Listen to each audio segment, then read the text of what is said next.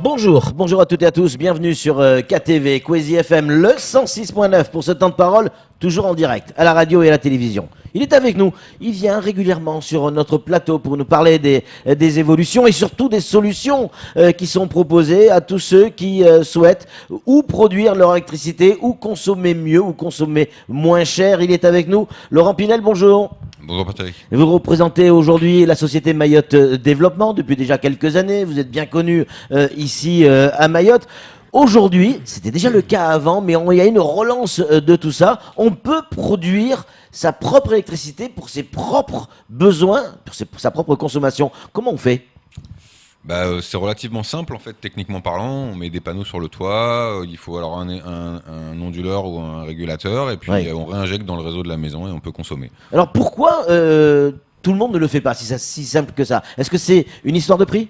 Ouais, c'est une histoire de prix principalement. Ouais.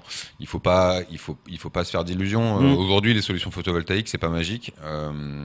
Ça fonctionne. Des verres. Ouais, c'est ça. Ça fonctionne très bien, mais c'est encore, il y a encore un coût d'entrée, un ticket d'entrée qui est assez élevé dans les solutions photovoltaïques. Et quand on est équipé, en effet, c'est gratuit, sauf que le coût de l'équipement est quand même encore très important. Alors, comment je veux faire ? Alors, imaginons, je suis un particulier, j'ai besoin d'énergie, mais bon, un truc standard, lambda, comme tout le monde. J'ai un frigo, un congèle, une télé, un fer à repasser. J'ai décidé d'investir parce que je veux avoir un geste éco-citoyen, mais aussi parce que ça va me rapporter, en tout cas, ça va me permettre d'économiser de l'argent à terme. Comment je fais ? Et ça va me coûter combien ?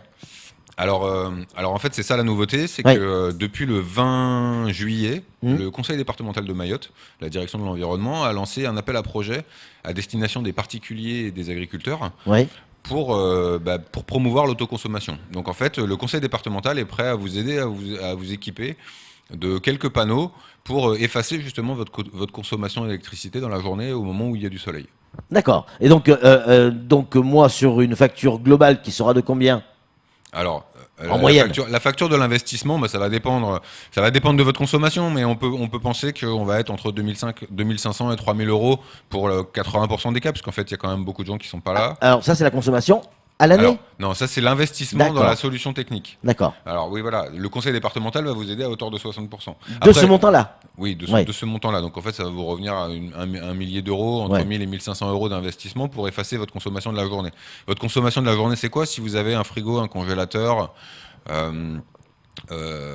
des veilleuses parce que vous avez télé par exemple, l'ordinateur, de quoi recharger les téléphones. Exactement, des choses qui fonctionnent quand vous n'êtes pas là, parce qu'en fait si le matin vous partez au travail et que vous revenez le soir, en fait dans la journée pendant qu'il y a du soleil vous n'avez pas une grosse consommation, donc c'est effacer une cinquantaine d'euros, une soixantaine d'euros par mois. Ah oui, tout de même. Donc ça veut dire qu'on a un retour sur investissement au bout de plusieurs années quand même. Oui, le retour sur investissement, encore une fois, c'est ce que je disais, le photovoltaïque, c'est pas magique. Même quand c'est aidé, le retour sur investissement avec l'aide du conseil départemental, on arrive quand même à des chiffres qui sont intéressants parce qu'on est autour de 6 ans, je pense. 6 ans. Au bout de 6 ans, je vais commencer à gagner de l'argent.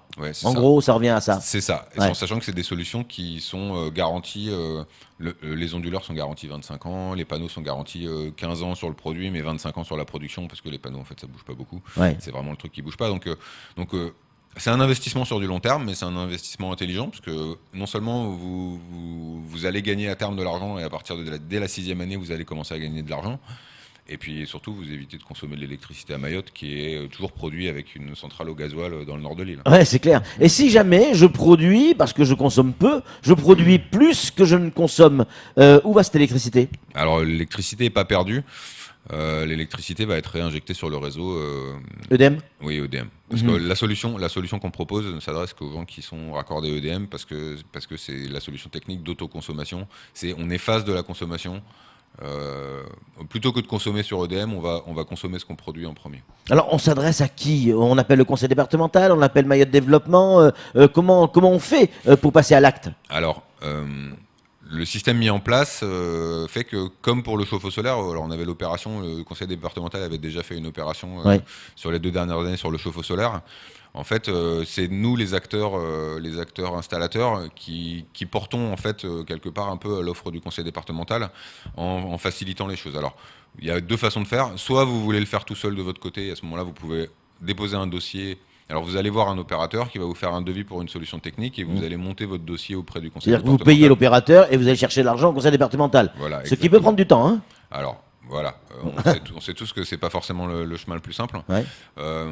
Ce qui s'était passé sur le chauffe-eau solaire, ce que nous, chez Mayotte Développement, on a fait, c'est que l'idée, c'est qu'on s'occupe de tout. C'est-à-dire que vous avancez les fonds, et c'est vous qui allez chercher les fonds au conseil départemental après. Vous venez nous voir, on va vous faire un devis, on va se mettre d'accord sur une solution technique. Une fois que vous avez validé la solution technique, on va porter, nous, le dossier vous complet. Vous allez nous mandater, on va porter pour vous le dossier, on va faire toutes les démarches auprès du conseil Donc départemental. je n'aurai pas à aller au conseil départemental et à essayer de me faire rembourser au conseil départemental. Non, mais de toute manière, je crois que le conseil départemental a bien compris que ce genre d'opération, pour ça, il faut faciliter les choses aux gens. Bien sûr. Les gens ont de la bonne volonté, mais ils n'ont pas le temps. Enfin, ils vont au travail. Il faut faciliter les choses. Donc là, l'idée, c'est de vraiment faciliter les choses, et c'est ce qu'on essaie. Laurent, on arrive on va rentrer dans la période chaude de l'année. On va se précipiter sur nos clims, forcément. Elles ont tourné tout au long de l'année.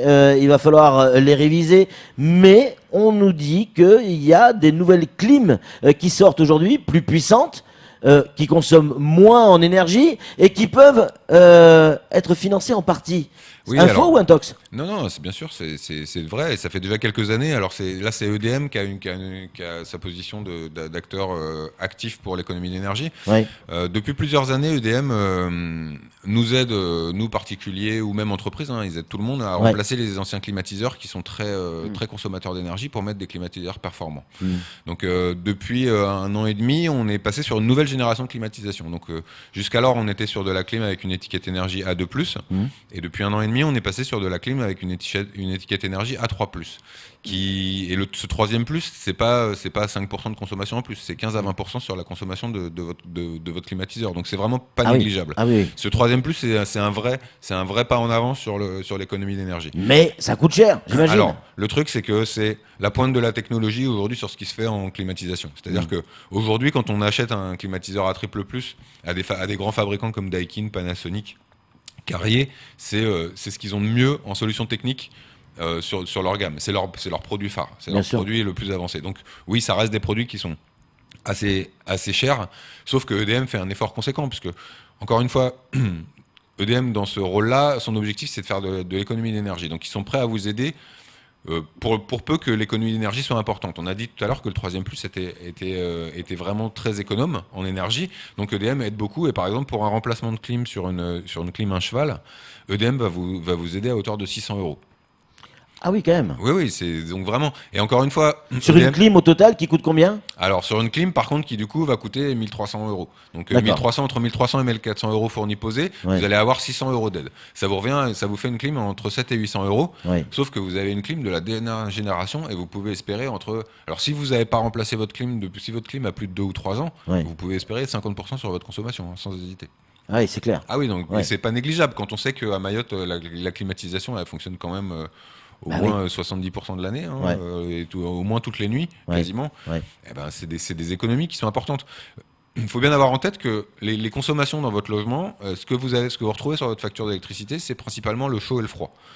Le chaud, pour votre chauffe-eau. C'est pour ça que EDM a aidé dans un premier temps, quand ils ont commencé sur le chauffe-eau solaire. Et puis le froid, frigo, congèle, climatisation. Et ça, c'est 80% de votre facture d'électricité. Est-ce que c'est ça, avoir des gestes éco-citoyens? Est-ce que c'est ça, être dans l'éco-solution?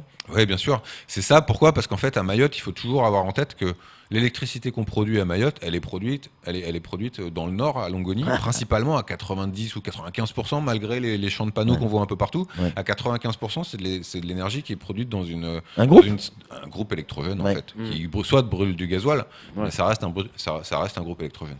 Mais pourquoi on le sait que c'est le Mayotte de demain, on va le dire comme ça, si on passe par l'éco-solution. Et pourquoi ça fait peur autant aux Mahorais? Aujourd'hui, les Mahorais construisent et ils ne font pas appel à ce genre d'éco-solution. Je pense que Mayotte Développement est l'exemple que c'est pas tout à fait vrai ce que tu dis, Camar, parce que aujourd'hui, on a quand même un écho certain auprès de la population mahoraise. Nous, clairement, ça fait bientôt 10 ans qu'on est là et on s'adresse à 95% de notre clientèle, c'est des Mahorais. Et des Mahorais Des Mahorais qui aujourd'hui sont nos clients sur le remplacement, sur la première installation en clim. On a vendu l'opération sur le chauffe-eau solaire est quand même un franc succès avec l'aide du conseil départemental. Alors elle s'arrête là. On fait les derniers dossiers parce que ça va s'arrêter au 31 décembre. Alors peut-être que ce sera prolongé par le conseil départemental. Enfin en tout cas, dans sa forme actuelle, l'opération se termine à la fin de l'année. Donc là, on fait les derniers dossiers sur septembre. À partir de septembre, on ne va plus pouvoir faire de dossiers sur le chauffe-eau solaire parce qu'on n'aura pas le temps de les poser pour être dans le cadre de l'opération. Mais on a posé plus de 400 chauffe-eau quasiment sur les 2 dernières années auprès de particuliers. Et c'est des particuliers qui construisent leur maison. C'est pas des entreprises qui investissent pour faire des économies machin. Non, c'est des particuliers qui font leur maison et qui font le choix. Plutôt que de mettre un chauffe-eau électrique, de s'équiper avec un chauffe-eau solaire. Et c'est aussi vrai sur la climatisation. Alors, pourquoi alors c'est une question de fond, évidemment. Pourquoi c'est aussi cher? Pourquoi il y a pas plus d'aide? Alors que ce soit cher, c'est une chose, mais pourquoi il n'y a pas plus d'aide si effectivement c'est la solution pour notre planète, pour notre île, pour même le véhicule électrique? Pourquoi il n'y a pas plus d'aide? Pourquoi il n'y a pas plus d'incitation à aller vers ça? Parce que tout le monde a envie d'avoir des gestes éco-citoyens, mais je veux pas changer mon mode de vie. Oui, alors les solutions qu'on propose ne changent pas le mode de vie, mais c'est vrai que c'est des investissements et que du coup c'est du pouvoir d'achat qui part. Ouais, c'est du pouvoir d'achat qui part. C'est du pouvoir d'achat qui part tout de suite. C'est-à-dire que c'est quand même. En fait, c'est des solutions sur le long terme. On n'est pas sur de la solution sur le court terme. On n'est pas sur un truc où on va investir 10 et on va regagner 5 demain ou on va regagner 15 demain. Sur la durée, les investissements ils tiennent la route. C'est vrai que par contre, il faut avancer un peu de trésorerie et c'est vrai que c'est aujourd'hui comme ça. Pourquoi il n'y a pas plus d'aide? J'en sais rien. Après, on voit qu'il y a quand même des choses qui se passent. Que la preuve là, cet appel à projet du conseil départemental, c'est quand même une super opération. Je trouve que de la part du conseil départemental, c'est quand même une très bonne initiative d'essayer de se mettre acteur et d'essayer de se mettre à l'avant pour tirer le système pour que justement des choses se fassent. Parce que sans ces aides-là, aujourd'hui, sur le photovoltaïque, en tout cas, clairement, il ne se passe rien. C'est clair. Ces aides, elles sont plafonnées. Ils vont aider tous les dossiers qui vont se présenter. Alors, je suis pas le conseil départemental. Ce qui est écrit dans l'appel à projet, c'est qu'on soumet un projet qui va être choisi sur avis d'un comité d'experts. Maintenant, un comité d'experts, il va dire si la solution qui est proposée rentre dans le cahier des charges. Donc nous, on a dimensionné des kits, on a standardisé, on a 2-3 kits en fonction des consommations des gens, parce que il va pas falloir se tromper. Cette installation en autoconsommation, le critère, c'est pour que ce soit rentable, il faut que ce soit dimensionné correctement. Ça sert à rien de mettre 5 panneaux si on n'est pas s'il y a personne à la maison et qu'il y a un frigo, un congélateur, parce qu'en fait, on va produire de l'électricité, mais ça va être réinjecté dans le réseau. Donc la personne qui investit va pas avoir d'intérêt à faire ça. Donc il faudra bien se dimensionner. Mais bon, voilà, il n'y a pas de raison, si on répond au cahier des charges techniques, il n'y a pas de raison que les projets soient pas validés. Les délais, c'est des questions qui arrivent, Laurent. Imaginons, je me décide aujourd'hui, mon système d'autoconsommation sera prêt quand? Alors, la démarche, c'est... aujourd'hui, l'appel à projet, il est démarré depuis le 20 juillet et il s'arrête le 20 novembre. Ça veut dire que les dossiers doivent être déposés avant le 20 novembre. Donc c'est pour ça qu'aujourd'hui on communique aussi là-dessus. Donc il faut déposer les dossiers maintenant. Donc nous on est sur le pied de guerre là, on s'est organisé, on a standardisé des choses, on a des solutions à proposer. Donc on va voir les clients, on leur propose, on regarde leur consommation, on leur propose le kit adéquat. Quand ils nous valident les dossiers, on va déposer les dossiers. L'objectif, c'est de déposer les dossiers avant le 20. Après, il y a un temps, il y a la commission du conseil départemental. Sur le chauffe-eau, on a vu qu'au début, on était plutôt autour de 2 mois de temps de décision. Maintenant, ça s'est quand même vraiment accéléré. Les choses se sont mises en place. Et la bonne idée du conseil départemental, c'est de réutiliser ce qu'ils ont mis en place sur le chauffe-eau solaire pour cette opération. Donc on a bon espoir que les décisions soient plus rapides sur le chauffe-eau solaire, sur le photovoltaïque. Donc l'idée, c'est qu'aller fin novembre, on est des retours, on est déjà les premiers dossiers qui ont été validés. Après, il va falloir qu'on fasse venir le matériel. Ça veut dire que c'est des travaux pour début de l'année. D'accord. C'est début de l'année 2020 pour l'installation. Encore des questions. Vous avez dit tout à l'heure, si je consomme moins que je produis, ça repart dans le réseau EDM. La question, est-ce que EDM me rachète mon courant ou je l'offre? Vous l'offrez. Dommage. C'est con quand même. Non, mais c'est pour ça que je disais, il va vraiment dimensionner quoi. Il faut dimensionner correctement. Faut pas se gourer. Non, mais ça sert à rien de prendre 5 panneaux. De toute façon, vous serez content, vous aurez 5 panneaux, mais en fait, faut pas tomber dedans quoi. Non, mais c'est ça. Non, mais il faut Il faut dimensionner au plus juste. Donc ça va être sur l'autoconsommation et sur cette opération. Après, je veux dire, il y aura probablement d'autres opérations. Enfin, j'espère qu'il y aura d'autres opérations parce que je pense que c'est un premier pas. Mais sur cette opération, l'objectif, c'est effacer vos consommations de la journée. Vos consommations de la journée, quand il y a du soleil, c'est pas non plus. Mais c'est ça, mais quand vous dites la consommation de la journée, certains comprennent de la journée, toute la journée. Non, c'est uniquement quand vous n'êtes pas chez vous. C'est les heures d'ensoleillement. Voilà, exactement. Et puis, a priori, vous n'êtes pas chez vous et vous consommez pas autant que la nuit avec les clims, etc., etc. Donc il se passe pas grand-chose chez vous, mais le compteur tourne. Et c'est cette consommation-là qu'on peut éliminer. Exactement. Ouais. Et pourquoi on ne pourrait pas l'utiliser la nuit, par exemple? C'est-à-dire que est-ce que le faudrait des batteries, voilà, n'emmagasine pas le courant pour que je puisse l'utiliser après? Parce qu'aujourd'hui, le contexte de l'appel à projet, c'est sur de l'autoconsommation uniquement. Donc aujourd'hui, les batteries explicitement ne sont pas financées dans le cadre de l'appel à projet. Ça ne veut pas dire que les solutions n'existent pas, ça veut dire que juste là, sur cette opération, l'objectif, c'est d'effacer les consommations de la journée. L'intérêt, c'est que c'est aussi, ça donne des solutions techniques qui sont du coup aussi abordables. Parce qu'en fait, dès qu'on va commencer à rentrer dans un parc de batteries, ça veut dire aussi avoir de l'électronique de puissance si on veut être autonome et pas dépendre de DM. Et tout de suite, c'est encore un seuil qu'on franchit en termes de coût d'investissement. Donc là, on est sur la solution. On est sur la solution qui est, entre guillemets, la plus abordable pour le photovoltaïque.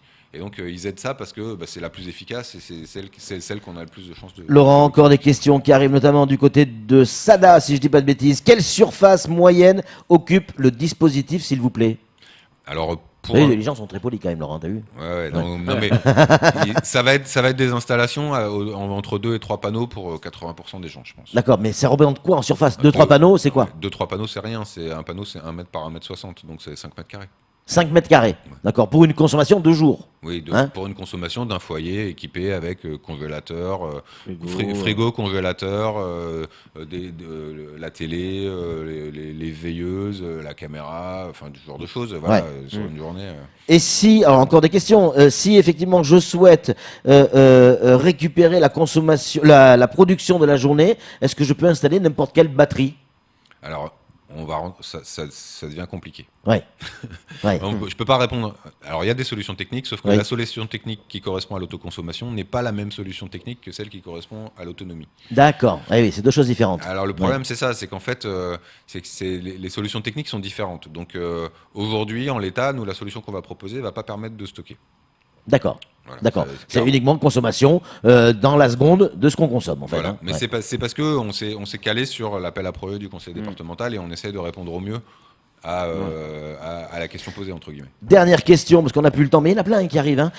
Comment ça se passe techniquement? Avant de partir, j'appuie sur un bouton, je coupe EDM et c'est le solaire qui prend le relais, ou tout se fait automatiquement? Tout se fait automatiquement. En fait, on fait l'installation et après, quand le soleil se lève, les panneaux commencent à produire et la production vient prendre la place de la production d'EDM dans votre consommation. Et si jamais le soleil ne se levait pas?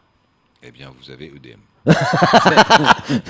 Tout est prévu, Camar. C'est ça. Donc on rappelle, si effectivement il y a une de ces solutions qui vous intéresse, si vous aussi vous avez envie de bénéficier des aides du conseil départemental, on se rapproche d'un installateur. Alors là, ça fait un peu pub, faut le reconnaître, mais c'était pas vraiment le but. C'était vraiment d'informer les gens. Vous avez accepté de venir pour nous en parler. Donc il y a votre structure, Mayotte Développement. Vous chercherez vous-même le téléphone ou par internet. Camar, une dernière question. Non, là, vous avez demandé si le soleil ne se lève pas, mais pendant la période de la saison de pluie, c'est-à-dire que la journée, je ne peux plus rien faire. Je repasse en mode EDM. De toute manière, c'est complètement transparent pour vous. Dans votre utilisation, ça ne changera rien. Vous aurez de l'électricité. Tout le temps. Il y a une part de l'électricité. Tout ce qui sera produit par vos panneaux, c'est ça que vous allez consommer en priorité. Ouais, même si jamais, effectivement, on est dans la période de saison des pluies, pendant 3 jours, il n'y a pas de soleil, on n'a qu'à l'électricité avec EDM, puisque ça bascule automatiquement. C'est bien ça, change, sauf que vous allez produire un peu moins que quand il y a plein de soleil, donc vous allez économiser, entre guillemets, un peu moins. Ouais. Non, un peu plus. On va économiser un peu plus d'argent. Puisqu'on va produire plus. Non, mais quand il n'y a pas de soleil, on produit moins. Ah oui. Alors plus tu pédales moins vite, moins tu avances plus vite. Voilà, c'est le système d'interaction simultanée à double alternance qui provoque un phénomène de rétropédalage de calcif inversé. Laurent, c'est très clair. Non, on a bien compris, bien évidemment. Merci 1000 fois d'avoir accepté notre invitation et d'avoir joué le jeu. Allez, c'est tout pour ce temps de parole. Tout de suite, la suite de nos programmes.